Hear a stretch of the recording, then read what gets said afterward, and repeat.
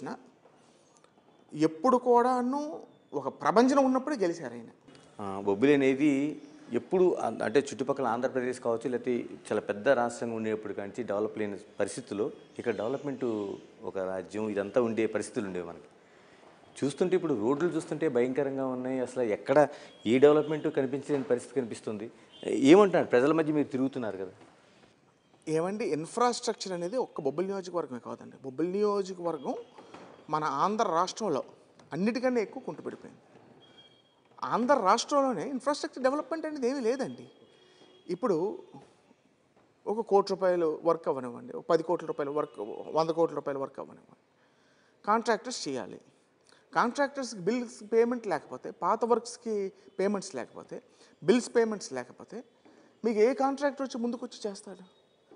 మేము ప్రతిపక్షంలో ఉన్న అనేక మంది కాంట్రాక్టర్స్ టెండర్స్ అయినా మాకు బాధ్యత లేకపోయినా అనేక మందిని రిక్వెస్ట్ చేసాం. ముఖ్యంగా నియోజకవర్గంలోని 80% of the roads, RNB roads పోవడానికి కారణం పారాది వంతెన సకాలంలోని, పారాది వేగావతి మీద ఉన్నటువంటి వంతెన, అదేవిధంగా సువర్ణముఖి మీద ఉన్నటువంటి వంతెన. ముఖ్యంగా పారాది వంతెన. పారాది వంతెన తాతగారు ఉమ్మడి రాష్ట్రాల ముఖ్యమంత్రిగా ఉన్నప్పుడు, కాంపోజిట్ స్టేట్ మెడ్రాస్ సీఎంగా ఉన్నప్పుడు, అప్పుడు వారు ముఖ్యమంత్రి హోదాలో శాంక్షన్ చేయించినటువంటి బ్రిడ్జ్ అది. ఆ రోజుల్లో 6 tons కెపాసిటీ అండి. కానీ ఆ రోజుల్లో నాణ్యత, ఆ రోజుల్లో వర్క్స్మెన్షిప్, ఆ రోజుల్లో అంత స్ట్రాంగ్ మెటీరియల్ ఉండేది కాబట్టి ఇన్ని సంవత్సరాలు కూడాను 100 టన్నులు 200 టన్నులు దాటే వెహికల్స్ అక్కడ ట్రావెల్ చేసాయి. అలాంటి పరిస్థితి ఉండేది. కానీ అది మేము అన్న మినిస్టర్గా ఉన్నప్పుడు దాని టెండర్స్ శాంక్షన్ చేయడం జరిగింది. కాంట్రాక్టర్స్ కూడా టెండర్స్ అవ్వడం జరిగింది. కానీ ఈ గవర్నమెంట్ వచ్చాక ఆ కాంట్రాక్టర్స్ వెనక్కి వెళ్ళిపోయారు. మళ్ళీ రీటెండర్ పిలిచారు. ఇప్పుడు ఎవరికైతే కాంట్రాక్ట్ వచ్చిందో ఆ వ్యక్తి ఆ కాంట్రాక్టర్ సకాలంలో బిల్లులు చెల్లించకపోవడం వల్ల ఆ వర్క్స్ టైంలో టేకప్ చేయలేకపోయారు. టేకప్ చేయకపోవడం వల్ల బ్రిడ్జు ఒక గడ్డర్ కుంగిపోయింది. ఒక 15-20 రోజులు రాకపోకలు లేవు. టెంపరీ తాత్కాలిక మరమ్మతులు చేసి హెవీ వెహికల్స్ వెళ్లకుండా చేసి ఇప్పుడు కూడా లైట్ వెహికల్సే వెళ్తున్నాయి.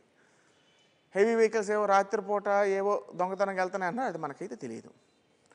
అప్పుడు బొబ్బిలి నియోజకవర్గ పరిధిలో ఉన్నటువంటి మెయిన్ ఇదేంటంటే బొబ్బిలికి రాజాంకి ఇవన్నీ కనెక్షన్. బొబ్బిలి నుంచి తెరలం రోడ్డు, బొబ్బిలి నుంచి ఆకులకట్ట వయా ఇవన్నీ కూడా డైవర్షన్ పెట్టారు. హెవీ వెహికల్స్ రావడం వల్ల దుంప నాశనం అయిపోయాయి 2 రోడ్లు కూడా. ఇప్పుడు ఇంకా కొంత ప్యాచ్ వర్క్ చేశారు.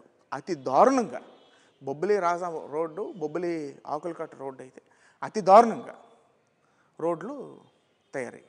అంటే కొండనాలికని ఎదికి ఉన్ననాలికి ఊడిపోయింది అన్నట్టు అది పారాది బ్రిడ్జ్ ఈ సకాలంలో పూర్తి చేయకపోవడం వల్ల, వీళ్ళ చేతకాంతనం వల్ల ఉన్న రోడ్లు డ్యామేజ్ అయిపోయాయి. మీరు ప్రజల్లో తిరుగుతున్నారు. ప్రధానంగా ఈ రోడ్లతో పాటు ఏ సమస్యలు గుర్తిస్తున్నారు? ఎందుకంటే సమస్యలు ఒక పెద్ద కొండలా కనిపిస్తున్నాయి. అంటే